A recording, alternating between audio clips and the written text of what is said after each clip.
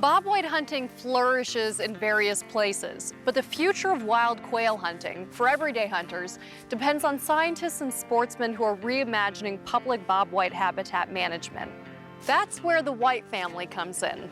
Realizing that the bobwhite quail population was in serious danger, Bill White and his two sons dedicated themselves to personally help the quail recover in some small way. Managing our property for quail, and especially starting at a young age, it showed me that hard work and dedication for your habitat management goals and wildlife goals doesn't go unnoticed. A lot of blood, sweat, and tears went into a lot of the land management that we did on our property. Hunt them up. Find those birds.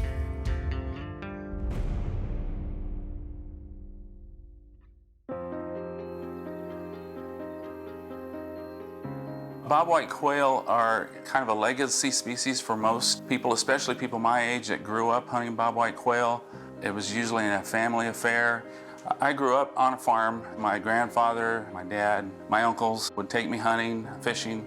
Almost every household, especially here in Missouri, had bird dogs. And it was one of those things that you go out the back door and get into birds. That's how many there were on the landscape. Oh yeah, my dad tells the same story over and over that when he was a kid, he could get home from school, pick up his gun, and go walk down the nearest tree line and shoot a limit of quail without a dog.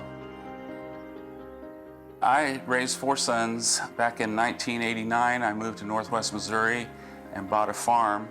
And part of the reason for buying that farm was to help those boys get some of the same experiences I had growing up on a farm. When I initially bought up in Northwest Missouri, I wasn't really thinking about bobwhite quail. I was thinking about the overall experience of raising kids on a farm and experiencing farm life as well as some of the wildlife that might be on that farm.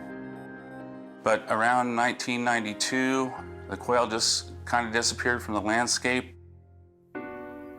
Opening morning of quail and pheasant season, I was used to seeing the road filled with trucks full of hunters with orange on, trucks with dog boxes. About 1992, that pretty well stopped. And a lot of people started thinking about magic bullets that might bring the quail back. They were thinking the turkey were eating all the quail. And about the mid-90s, late 90s, I thought, you know, I've got predators, I've got hawk nest, I've got owls. There's usually a covey or two of quail on this 50 acres that I've got. So I started doing some research and looking at what other researchers had looked at for bobwhite quail, and all of them were pointing to habitat. And these are studies from back in the 1930s. And when I started working on the habitat on that farm, we saw a huge jump in the bobwhite quail, and we knew we were onto something.